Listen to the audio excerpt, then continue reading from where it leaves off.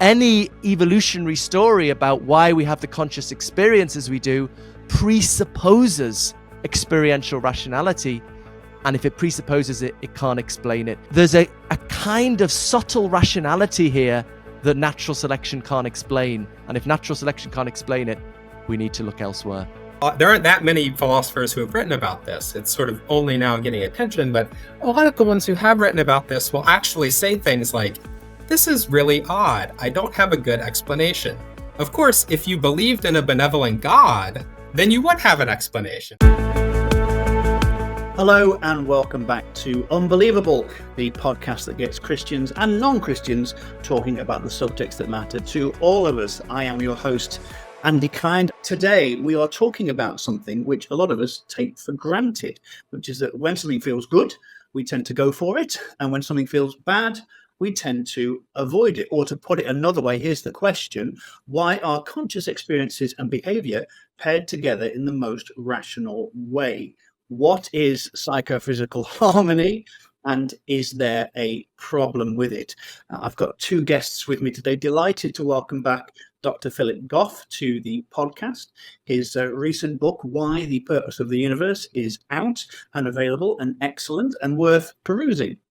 Joining us for the first time is Dustin Crummett. We'll hear more about them in a moment. But psychophysical harmony, there are a lot of people who listen to this show who will be aware of lots of things to do with philosophy and apologetics. This might be a new area, as Philip Goff says himself. It's an area that at least 6 philosophers in the world are focusing on.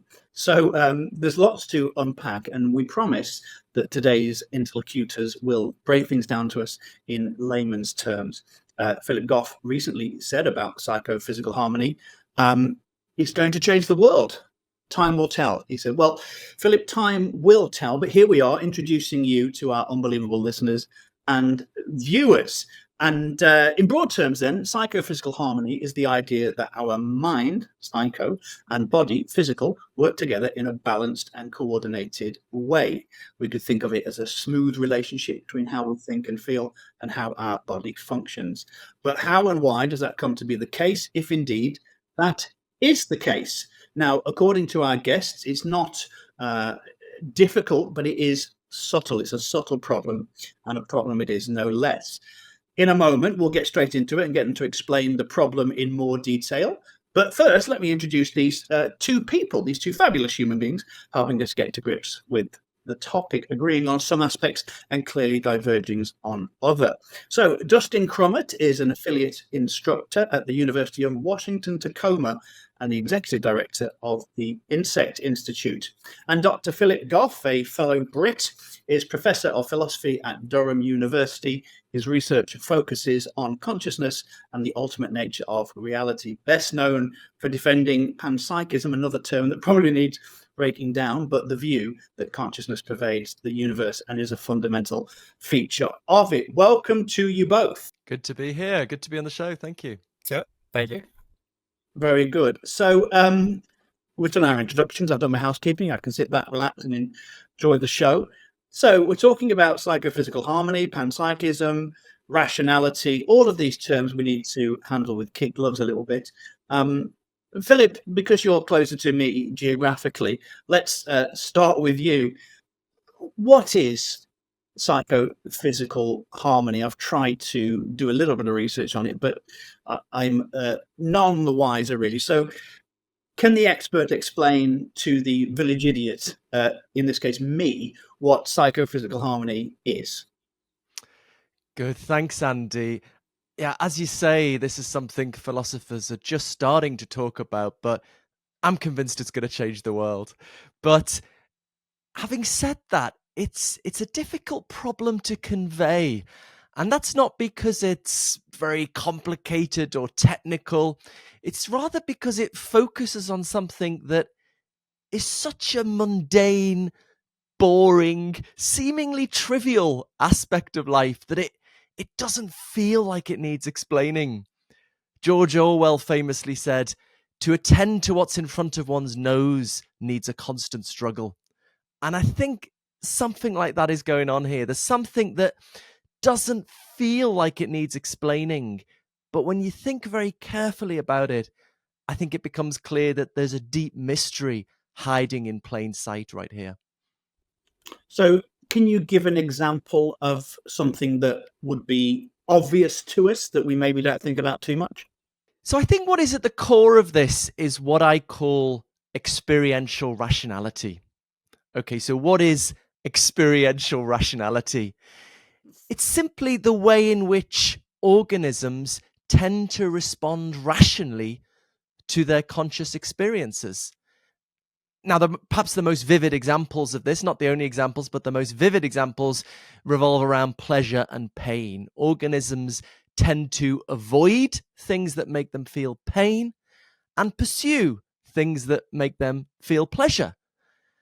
And or not always, of course, you could stick with some pain for some greater reward, but as a general rule. And this is, I suggest, a rational response to these experiences. It's rational to pursue pleasure and avoid pain. And we could make that vivid by imagining some weird alien world where the creatures on it always pursue pain and avoid pleasure. Now, there would be something profoundly irrational about that, right? It makes more sense to pursue pleasure and avoid pain rather than the other way round. So this is what I mean by experiential rationality, just the fact that organisms tend to respond rationally, more or less rationally, to their conscious experiences. Okay, so that's a decent definition. Why, Philip, if you don't mind me asking you, is that a problem? Good, yes. So as I say, this is a form of rationality, a very subtle form of rationality that we tend not to notice or pay attention to. Now, insofar as we exhibit rationality, we tend to think that we need natural selection to explain that. And this fits with the idea that we live in this meaningless, purposeless universe that doesn't care about rationality. And therefore, insofar as rationality has emerged, we look to natural selection to explain it.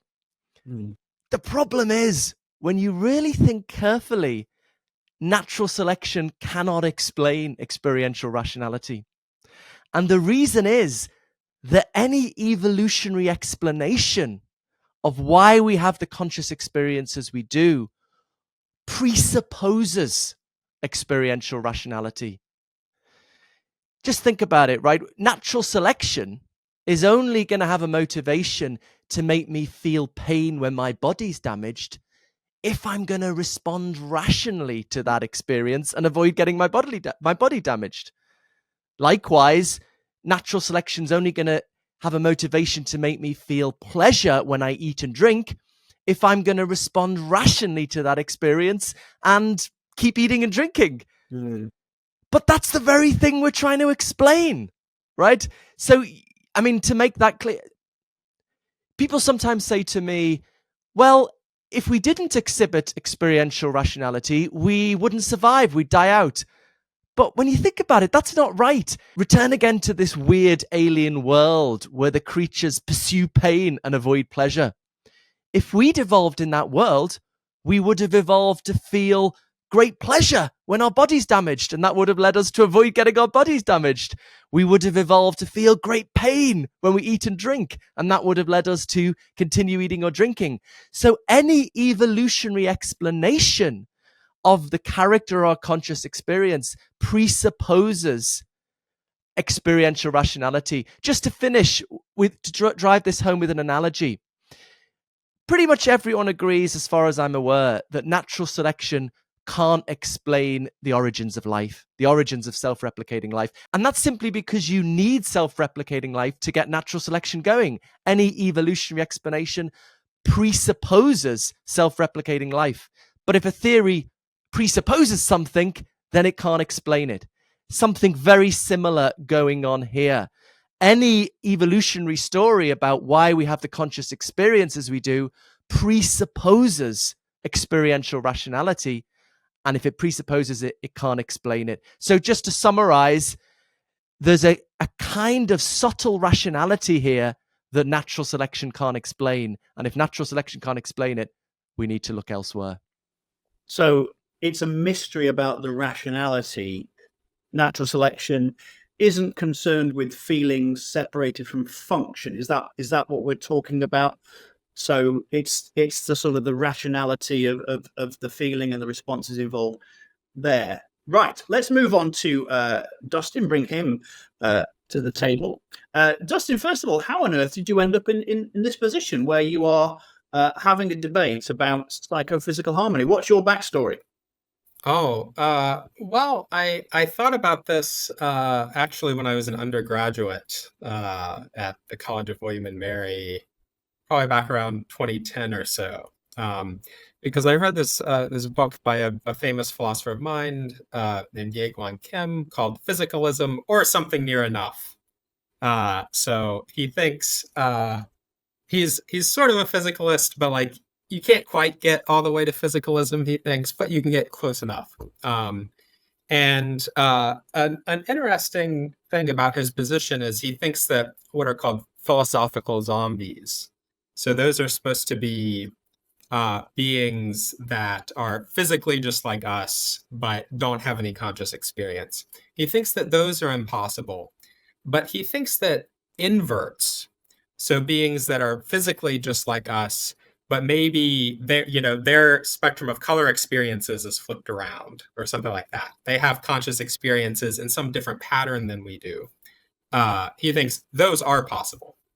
And I thought about this and I thought, well, wait a minute, wouldn't that mean that there could be beings, like it's metaphysically possible that there be beings like the ones Philip was describing, beings which have pain in the circumstances where we have pleasure, and have pleasure in the circumstances where we have pain, but either their mental states don't make a physical difference, or the painful states make the physical difference that pleasurable states do for us, and vice versa. And then those beings would evolve just like the beings on Philip's alien world. And I thought, that's very weird. It seems like a problem. And I talked to some of my professors and they said, yeah, that is weird. And then I got into grad school and I wrote a paper about this and I got a B+ on it.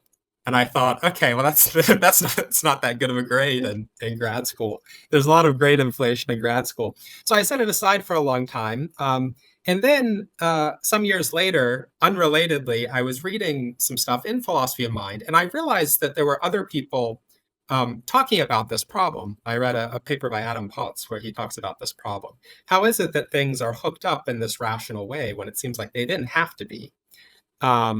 And I thought, oh, that's what I was thinking about.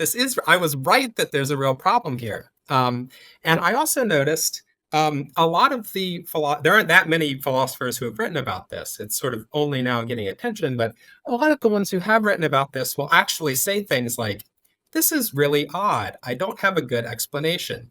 Of course, if you believed in a benevolent God, then you would have an explanation. Maybe he wants us to be able to respond rationally to things. But of course, there is no benevolent God. We all know that. And so they just move on. And so I thought, well, wait a minute, though. I mean, are we sure about that part? Maybe this is an argument for theism. So I talked to Brian Cutter, who was he was a professor at the University of Notre Dame when I was a grad student there. And we then co-authored a paper about it. So that paper is coming out in Oxford Studies in Philosophy of Religion, and it's available freely online. And so, Dustin, Philip has characterized the issue in a particular way. Is that something that you agree with, or would you want to give a slightly fluctuating definition? No, I like the way that Philip characterized it. I might want to build on it. So I think people often do have this sense that, well, doesn't evolution explain this? And I think we can point out that's not totally misguided, because there is a sense in which evolution is the proximate explanation, right? So like, given the way that the mental and the physical are hooked up, given that pleasure causes us to do the thing again, etc., it is true that beings, for whom sexual reproduction was very painful, they would die out, right? They would be selected against. So it's not that evolution is irrelevant. It's just that, as Philip noted, the fact that evolution selects for experiential rationality, that depends on prior facts about how the mental and the physical are correlated, and evolution does not select for that. And so that's why fundamentally, even though evolution, it's not unrelated, that's why fundamentally evolution does not tell us how is it that the mental and the physical are correlated in such a way that evolution will produce experientially rational organisms. And there's one other point I would make. The pleasure and pain stuff is obviously one very striking kind of harmony. We can once we notice the issue, we'll notice this in all sorts of mental states we have. So, I see, I'm having a conscious experience as of a black rectangular object. Well, sure enough, I report that experience. That's a kind of behavior. I hold my hand in the right way to hold an object like that. This permeates almost all of our experiences. And that makes it kind of, it's not like we just got lucky in the pleasure pain instance. This is like a systematic thing that needs to be explained. Yeah. And we're going to look in part 2 at what best explains the issue. But Philip, just as an aside, why is it that this is such an untapped area of the academic map? How is it that you guys are some of the few pioneers on this journey? I think it's a very subtle problem. You really have to sort of, when you first hear about it, you think, what's the issue? This is nonsense. You have to really think about it carefully for it to sort of click. I mean, I talked about this in the consciousness chapter of my book, Why the Purpose of the Universe, but I actually put a warning at the start saying this is the trickiest chapter. But I mean, I think when you say to people, we need an explanation of, why people avoid pain and why people pursue pleasure, the reaction is, what do you mean? Because you're in pain. Of course you're going to try and avoid being in pain. But I would just encourage people to think very carefully about why it seems inevitable, for example, that people are going to avoid pain. And I would suggest when you think about it very carefully, the reason is that when you're in terrible pain, the obviously rational thing to do is to try and stop the pain, right? But if we are just physical objects in a sort of meaningless, purposeless universe, it does need explaining why we would respond rationally, even in this very subtle way. And as Dustin rightly said, it's not just about pleasure and pain. Pretty much any historical or sociological explanation presupposes this, right? So presupposes that people respond in a more or less rational way to their conscious perceptions of reality, to their conscious desires. For example, you say, why do people vote in such and such a way in an election? Well, it would be because of their conscious beliefs about what a political party is going to do, their conscious desires for the country, and so on. So this really is a kind of foundational rationality that is presupposed in all of sociology and history. So it's pretty fundamental. And as I say, if natural selection can't explain it because it presupposes it, then there's a deep mystery here. There's something we really need to explain. And at this stage, it's not clear how we do it. Well, that's fantastic. It's getting down to the floorboards, isn't it? Ripping up the lovely carpet we've all been standing on and asking who put the floorboards in. One thing I did want to sort of get you to comment on, there'll be people watching this who will call themselves dualists and people who call themselves particularists, but you've said somewhere else, Philip, that it's a problem for everybody. So it's not simply a problem if you're a dualist. Can you just expand on it, give definitions of those two words and maybe say why it's a problem for other parties?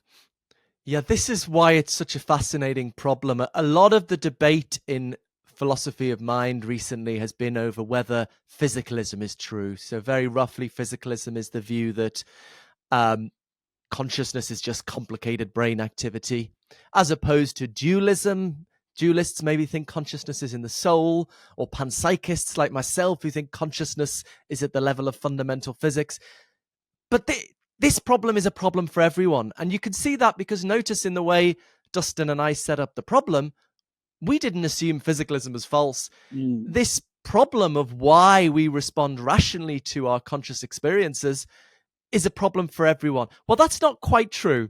There is one view there is one view that avoids this altogether. This is a view Galen Strawson called neo-behaviorism. And that's the view that when we talk about feelings and experiences, we're just really talking about behavior, whether it's external behavior of the organism or the behavior of systems inside the organism. So when I say my wife's in terrible pain, that's really just a claim about her behavior or the behavior of her inner parts. That just would remove the problem, right? Because if we just define consciousness, feelings, experiences in terms of behavior, if we just define pain in terms of avoidance behavior, then it's logically trivial that pain causes avoidance behavior. So that's the one view that would remove the problem. But I mean, well, I guess for my own mind, it just doesn't seem like a plausible view of what we're saying when we talk about feelings and experiences. When I say my wife's in terrible pain, I'm not making a claim about her behavior or the behavior of her parts. I'm making a claim about how she feels. And that seems to be a very different claim. And for what it's worth, this neo-behaviorist view is very much a minority view. On recent surveys, 60% of philosophers reject it, only 16%, accept it. That doesn't mean it's not true. Everything's debated in philosophy. My point is just what we're pointing to is a problem for the vast majority of positions in philosophy of mind. That's really good. And that brings us up to the end of the first section. In the second section, we'll be talking more about Panagentialism and Panpsychism. And obviously, with it being unbelievable, as you'd expect, the question of God is always looming. And Dustin's playing his cards close to his chest at the moment, but I'm sure he will lay them on the table at some point. For now, we're going to take a quick break. My guests today on Unbelievable are Dr. Philip Goff and Dustin Crummett. We're talking about psychophysical harmony. It's an untapped area, but it's very interesting. And I hope that you as a listener or a viewer are not experiencing pain aversion and have experienced enough enjoyment in this first section to compel you to come back for the second section. You can, of course, let us know what you think. Comment on YouTube. If you're watching on YouTube, please be kind and generous with your comments. You can email us, unbelievable@premier.org.uk. We are now on Instagram @Premier Unbelievable, or on X, formerly known as Twitter, @UnbelievableFE, Foxtrot Echo. We'll be back in just a second for the second part of this very interesting debate between Philip Goff and Dustin Crummett with me, your host, Andy Kind. I really don't think that AI as it is now is on a trajectory to becoming conscious, but it will certainly seem as though machines have conscious minds, and that's a danger. If consciousness is a property of the brain, then it's subject to what we call causal determinism, physical determinism. This idea of libertarian free will, I think, is entirely wrong, and I also think is unnecessary. These systems will become more and more like us. People will treat them and want them to be treated as though they're human. The challenge now is it seems to be going faster and faster. We are terrible at projecting out long-term consequences. Robot rights. I can see it coming.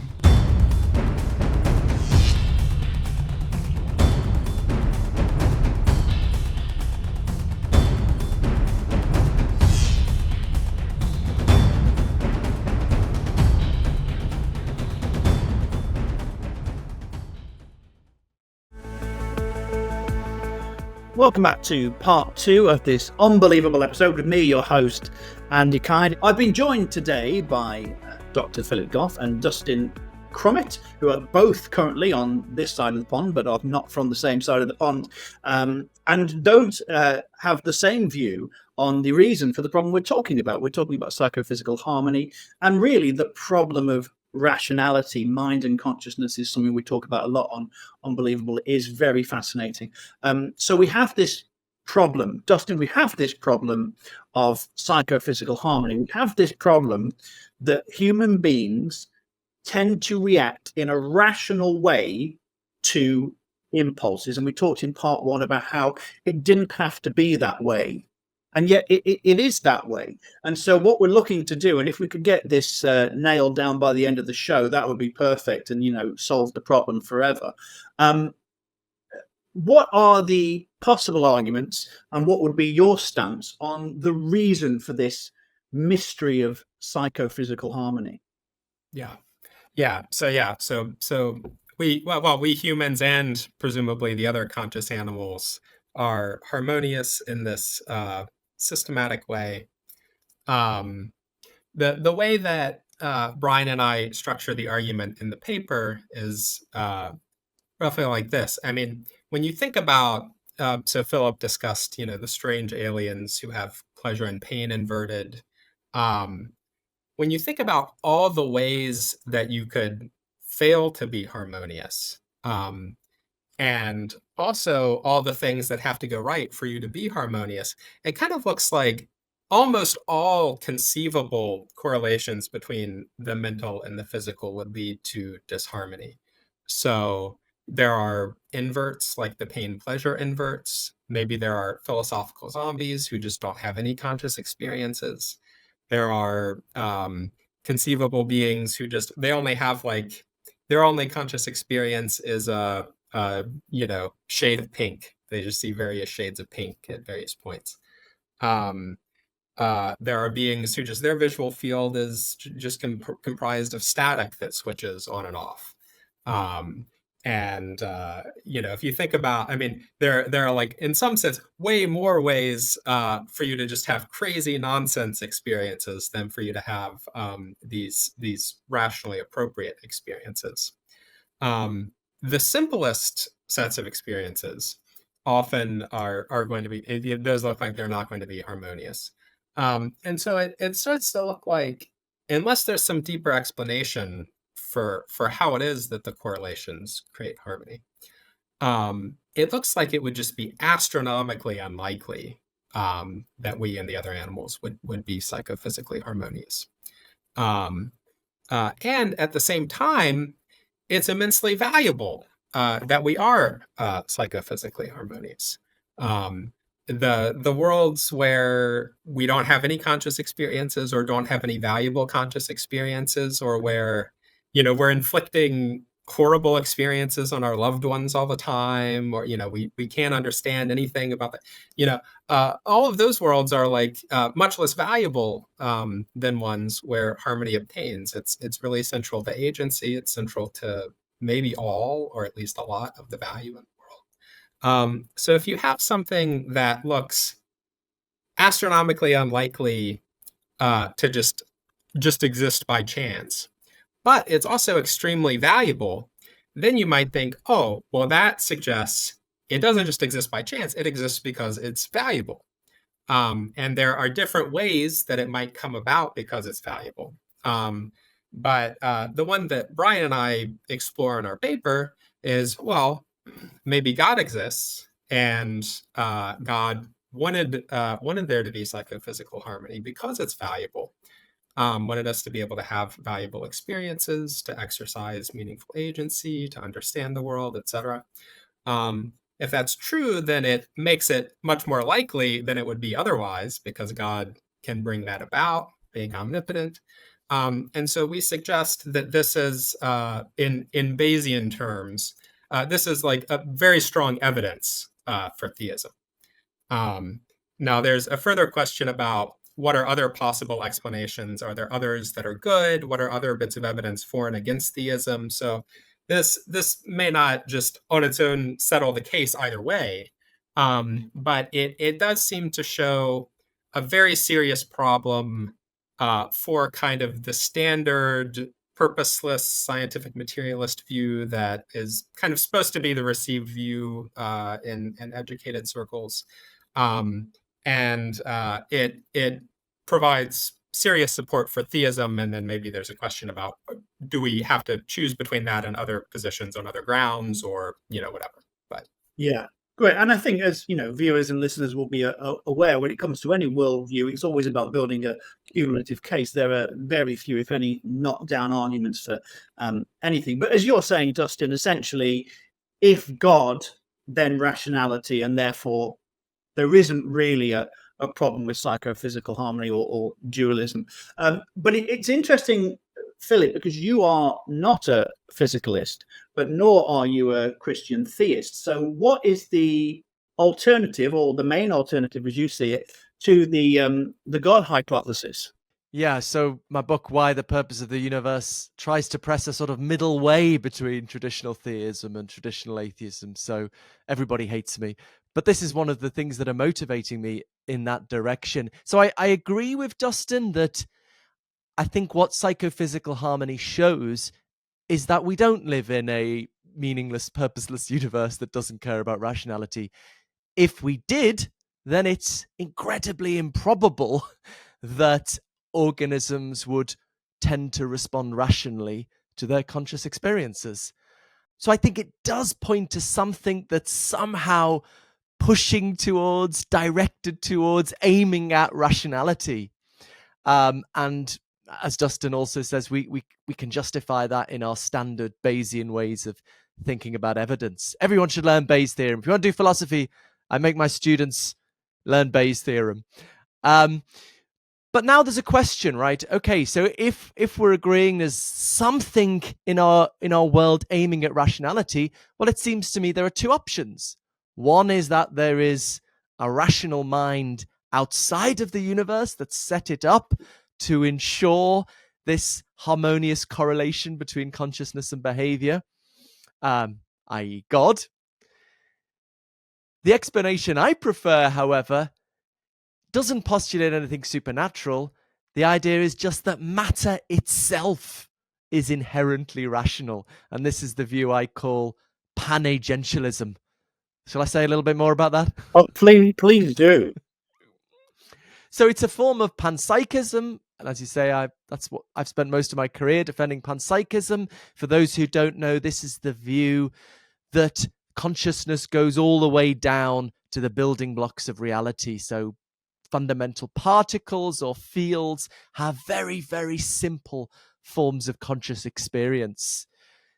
However, contrary to popular belief, panpsychists don't necessarily think everything is conscious, right? So they think maybe particles are conscious, but not every random combination of particles have its own consciousness. So a panpsychist probably won't think this Batman mug, that if you're listening on the audio version, I'm holding up a Batman mug. Probably a panpsychist won't think the cup itself is conscious.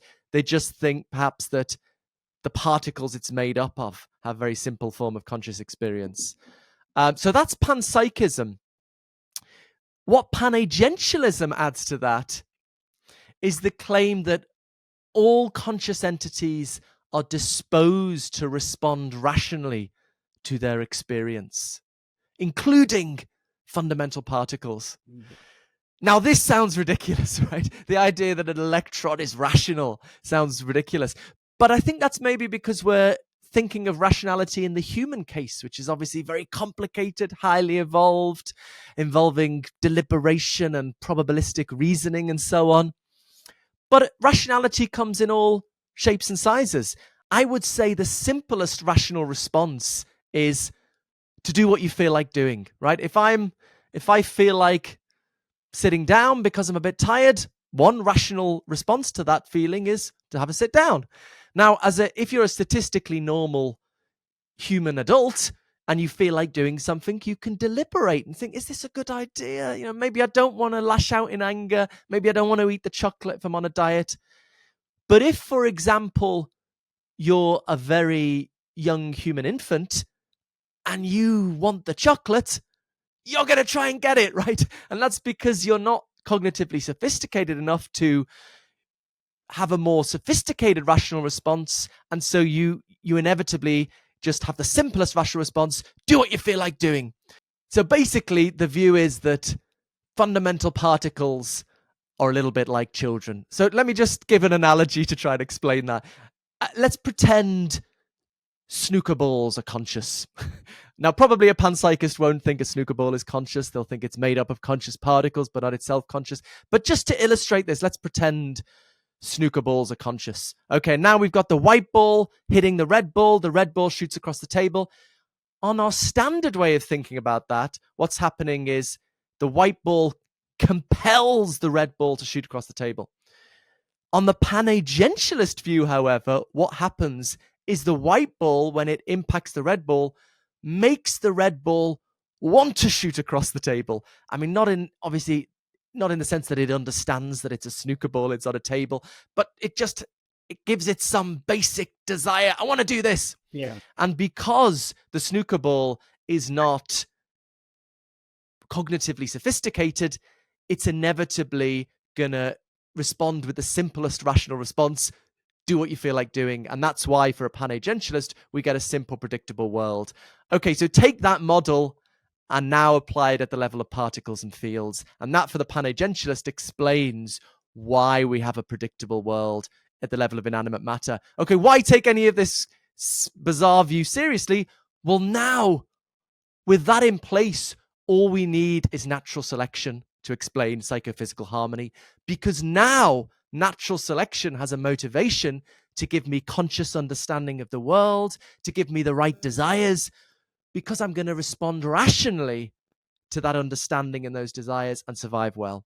So we get an explanation, a nice, simple explanation of psychophysical harmony. Yeah, so it's a bit like a whodunit, where the final twist at the end is that the particles did it.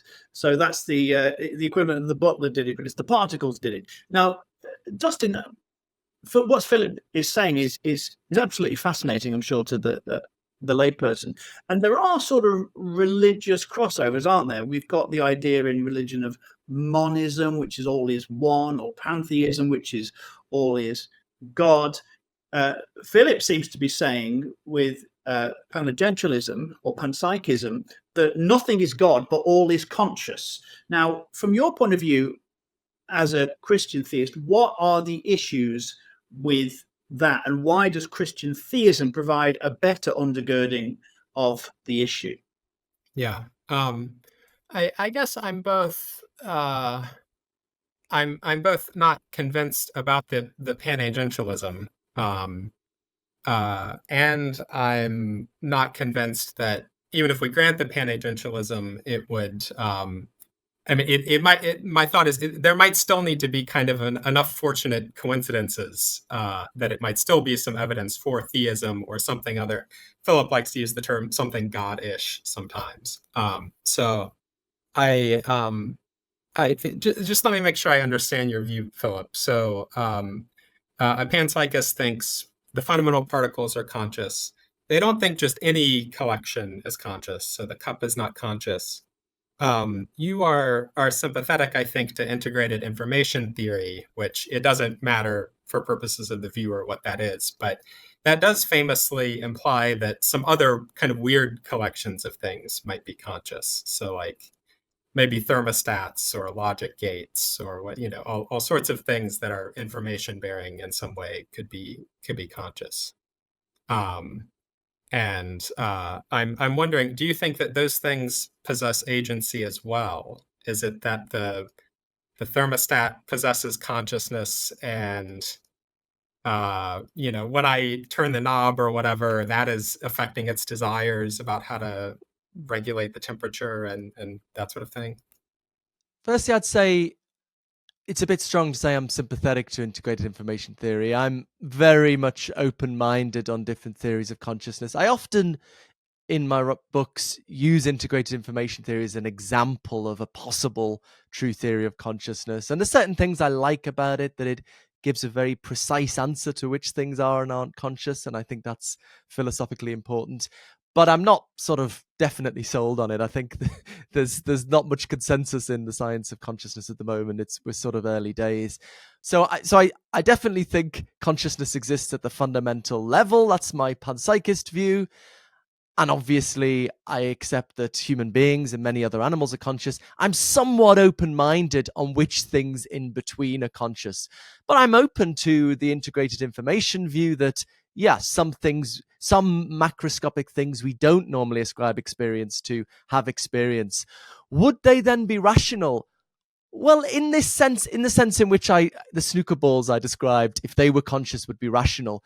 They're doing what they feel like doing. I think that's a rational response. It's the simplest kind of rational response. I think it's only when you get conscious understanding of the world around you and desires that are not just immediate, but where the object of desire is embedded in some kind of complex story about space and time. So a tiger doesn't just have desires for right now, it desires to mate, it desires to eat, and these things are embedded in their fairly complex understanding of the environment around them. So I think it's only when we get these kind of complex conscious experiences that rationality flowers into something richer than just do what you feel like doing. Yeah. So on the panagentialist view, everything in reality is operating from this single causal impulse. Respond rationally to your conscious experience. And so that's why it's one reason I think it's a very simple, elegant view. That's the only causal principle at work.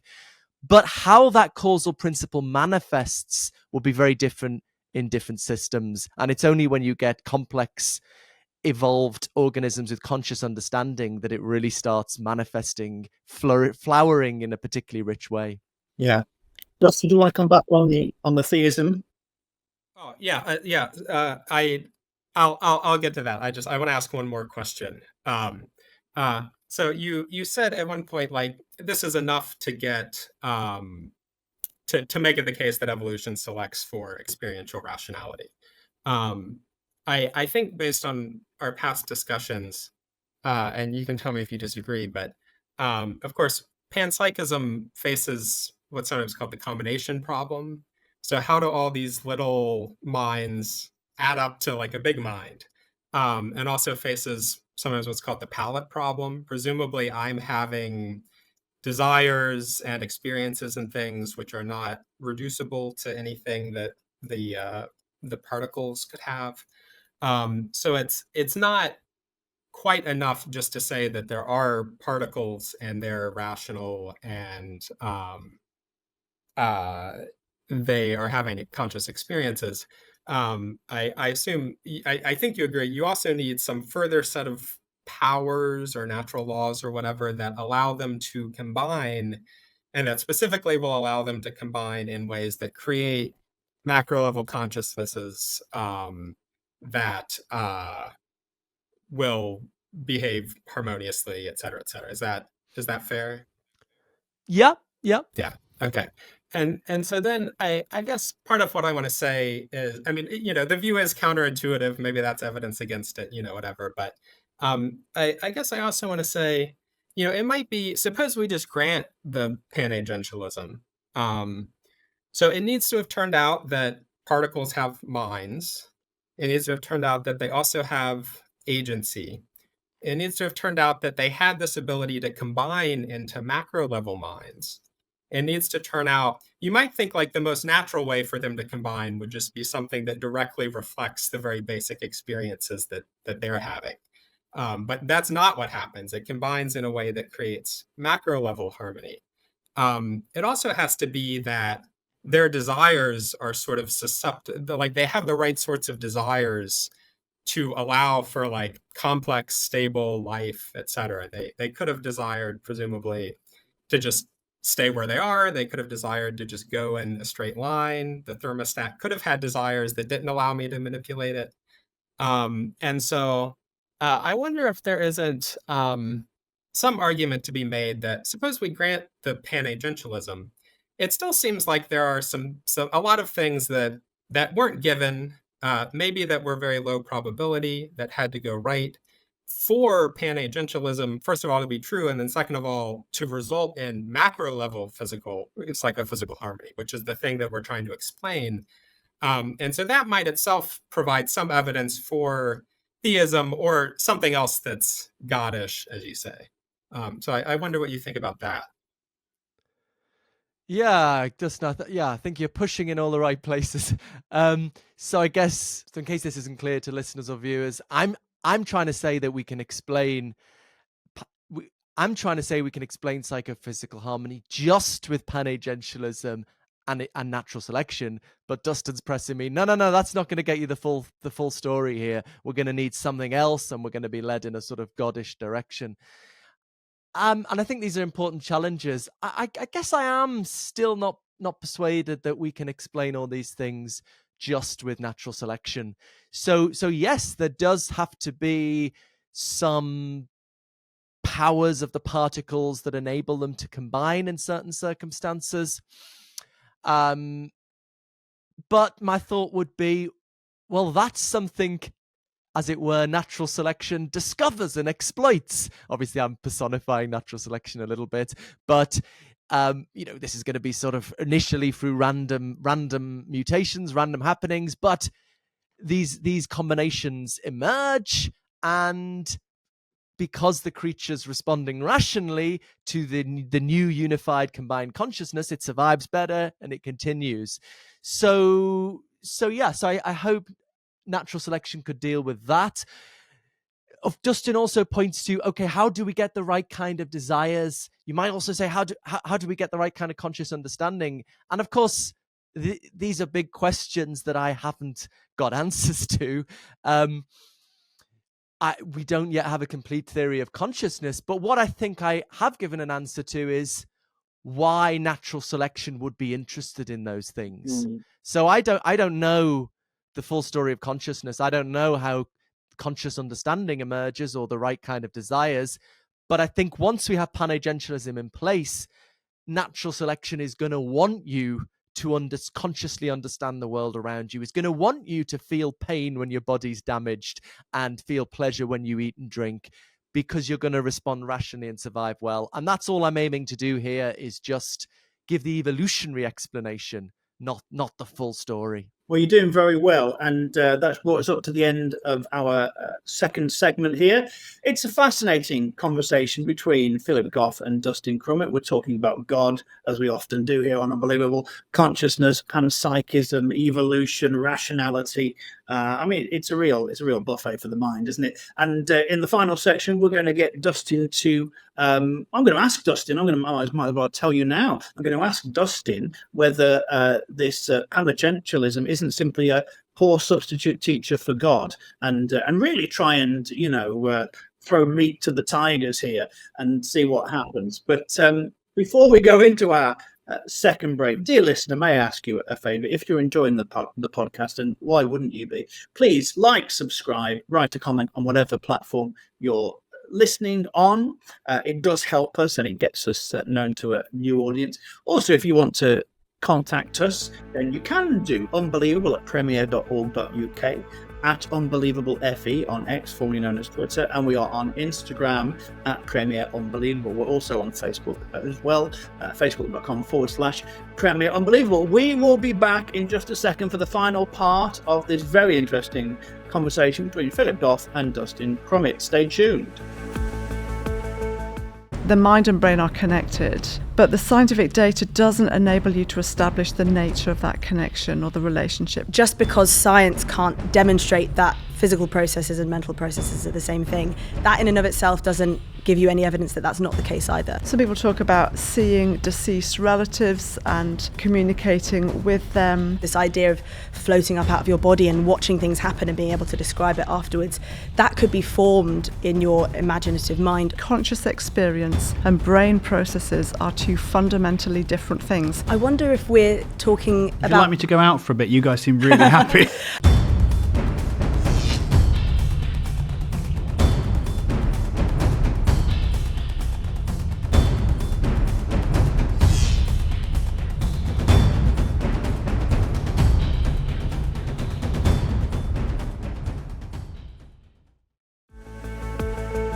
Welcome back to this third and final segment of Unbelievable. Today we are looking at psychophysical harmony, as you will know if you've been with us over the previous two segments. And my guests are Philip Goff and Dustin Crummett. Philip's new book, Why the Purpose of the Universe, is out and available. I don't know if Dustin's written a book. Dustin, have you written a book?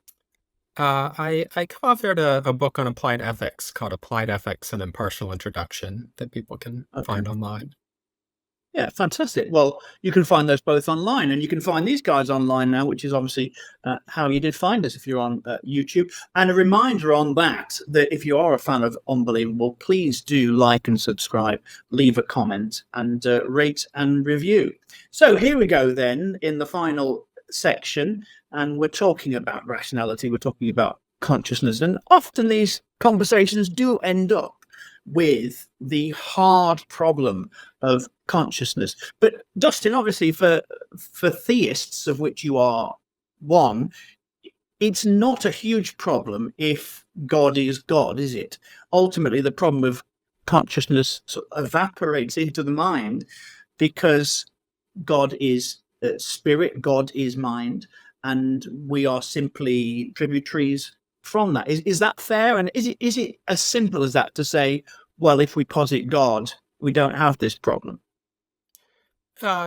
Yeah, I mean, I think, I guess here's the way that I would want to put it. Part of what I was trying to set up in the last segment was, earlier I made the point, evolution can kind of maybe provide approximate explanation for psychophysical harmony, but we still need like fortunate correlations that it doesn't explain. So it doesn't give us like the root explanation. Part of my thought with the pan-agentialism stuff is maybe even if we grant pan-agentialism, that it's sort of the proximate explanation for why evolution selects for psychophysical harmony. It might still be that it requires enough fortunate coincidences that it should push us in the direction of something deeper. It might still lead us to theism. I can also say, I mean, I think the pan-agentialism, I think it's an interesting view. I don't accept it. My alternative view is just, God decided that consciousness is going to be correlated with the physical in certain ways, made it psychophysically harmonious because that was valuable, and decided which systems would become consciousness, when does the soul come into existence, etc. And that view, I think, it does have some advantages. I mean, it doesn't get us into some of the counterintuitive consequences you might find of having to accept panpsychism, possibly having to accept thermostat agency, some of those things. And that might be, I mean, there are questions about how much do we want our views about consciousness to adhere to our common sense conception versus how much should we be willing to revise it. But you might think that's at least some advantage, right? It's kind of just a straightforward, this is sort of the natural order that God set up. We don't need to posit strange forms of agency and consciousness in things that we don't normally think possess those. But I do think, even if we do, it might still be, as I said, that should still push us in the direction of theism, or at least something like theism.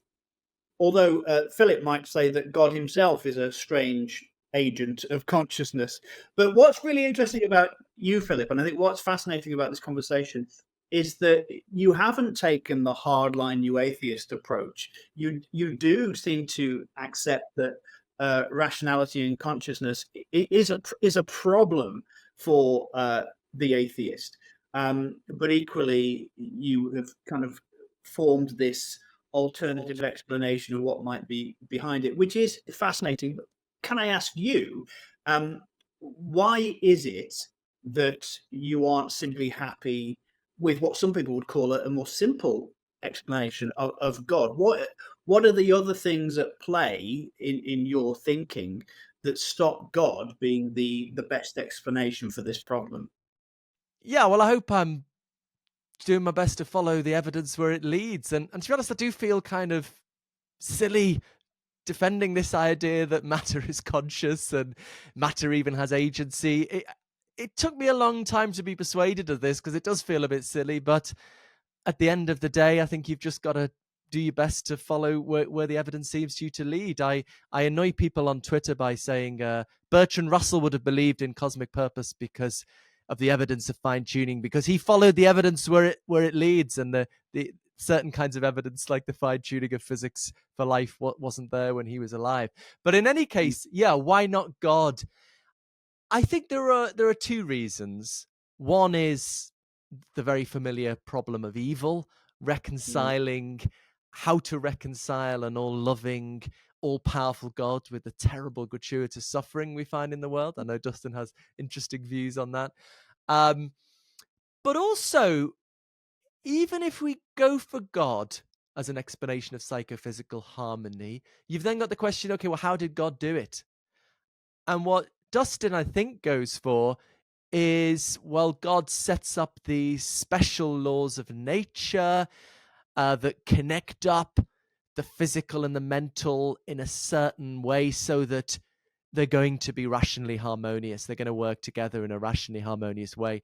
My worry with that is it looks like those laws are going to have to be incredibly complicated to ensure that in the wide variety of ways in which, in a very wide variety of circumstances, organisms generally behave in a rational way in response to their experiences. It's going to be incredibly complicated, so it's not going to be a very simple explanation. Whereas I think the pan-agentialist view is very simple. It's just one causal principle in the whole of the universe.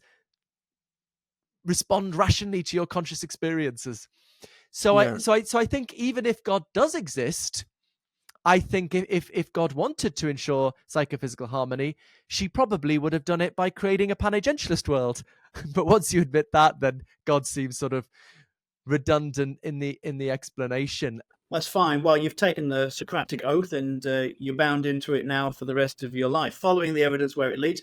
Dustin, obviously you would say that you've also taken the Socratic oath.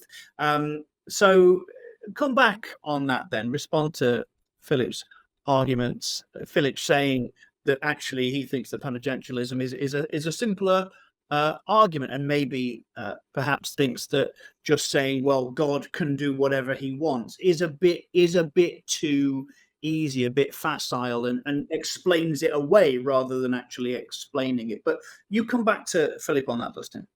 Yeah.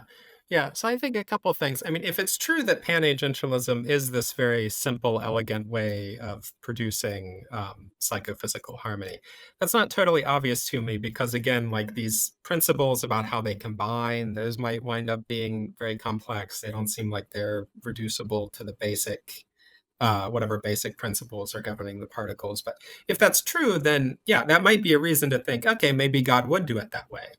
I don't quite think that would render God odious in the explanation for the reason that I gave earlier. It still seems like there might be kind of enough things that have to break our way to produce psychophysical harmony that the pan-agentialism being true and working out such that it produces harmony might be more likely on theism than on atheism. The other thing to say is, and again, this is a question about how much we weight our intuitions about which things are conscious and possess agency. But if there is additional complexity in the psychophysical laws that I'm positing that only kick in at higher levels, that might enable greater fit with the data. If we think our intuitions are some evidence for thinking that thermostats don't possess agency or electrons aren't conscious, etc. So there might be some trade-off. And of course, it's hard to know exactly how to make that trade-off. It's also hard to know exactly how complicated the psychophysical laws that I need to posit will need to be. But yeah, I think that that's roughly the terrain as I see it. And staying with you, Dustin, how does this issue tie in with other arguments for God? Where would you place this on the battle line of apologetics? Yeah, so it's most similar, obviously, to other forms of what people call the argument from consciousness. So there are other people who have argued somehow the fact that conscious experience exists should cause us to, that's at least evidence for theism. John Locke argues this way. Richard Swinburne has argued this way. Robert Adams, who passed away very recently, argued this way. I would say I do think it's a stronger argument. Of course, I would think it's a stronger argument, but other arguments tend to either just take the fact that consciousness exists and they say, oh, isn't that interesting? Doesn't theism make that more likely or something? Or they'll appeal to something like, so Swinburne's argument, he agrees with Philip, these natural laws have to be really complicated and work out just right. And that should lead us to think that they wouldn't just exist on their own. Maybe God had to set them up or something. I think one way in which this argument is strong is that once you see the problem, I think you can pretty well see why it's just super, super unlikely that harmony obtained by chance. you can see, look, there are so many other ways it could have been, so many simpler ways it could have been that wouldn't have resulted in harmony. So many things have to be right to get systematic harmony in ourselves and the other animals. That it really does, maybe it's bad to just say, oh, consciousness just exists and that's all there is to it. But it seems like much worse to me to say harmony just obtains by chance and that's all there is to it. One other thing is these other arguments often assume some form of dualism or some form of non-physicalism about the mind. And as we mentioned earlier, Brian and I make the argument, and I think Philip agrees, the most popular forms of physicalism actually don't resolve the problem.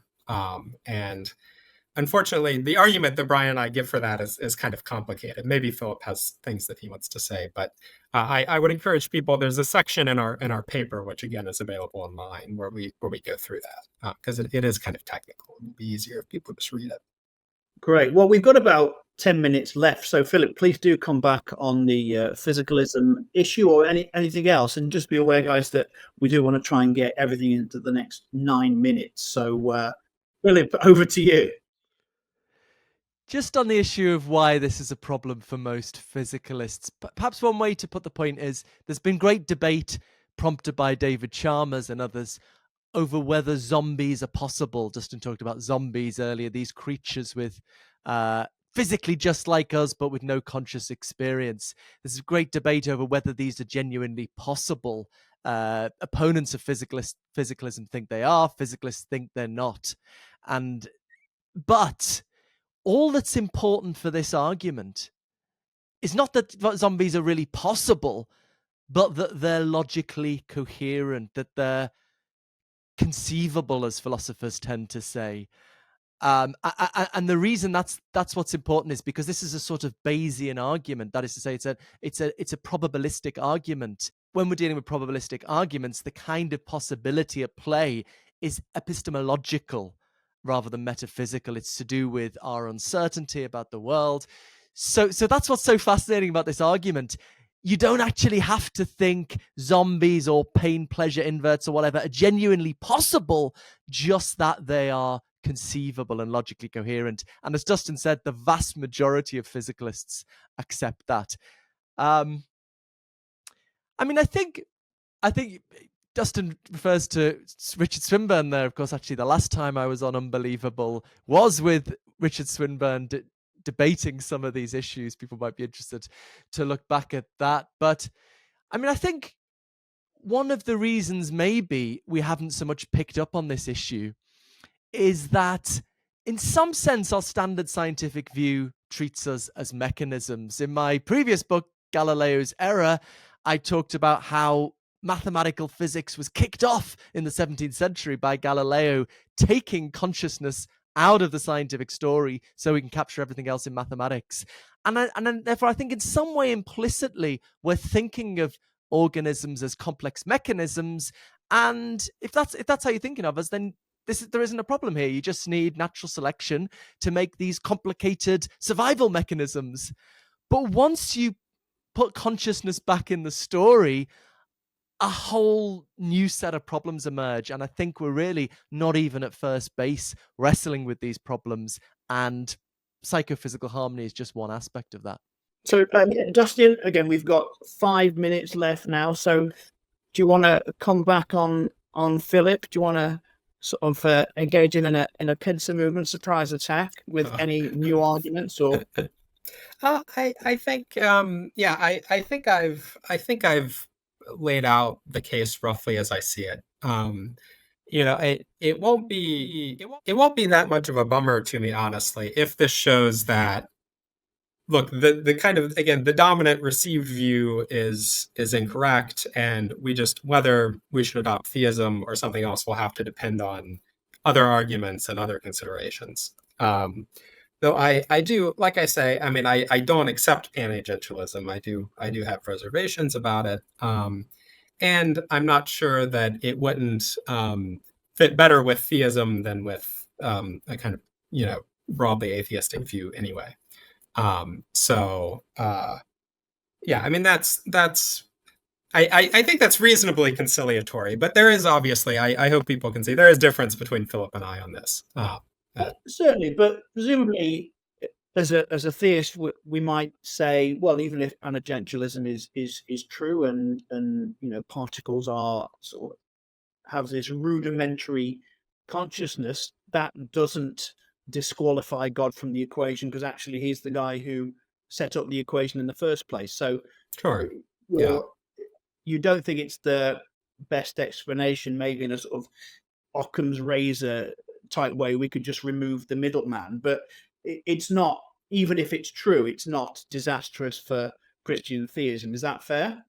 Yeah, I mean, as far as I can tell, unless there's some theological reason that I haven't thought of why it is objectionable or something. No, I think it wouldn't be disastrous for Christianity. As I say, I think it might be that there are still enough things that have to go right for it to actually result in macro level consciousness, that it might still be evidence for it. Oh, maybe this is how God brought it about, that we're psychophysically harmonious.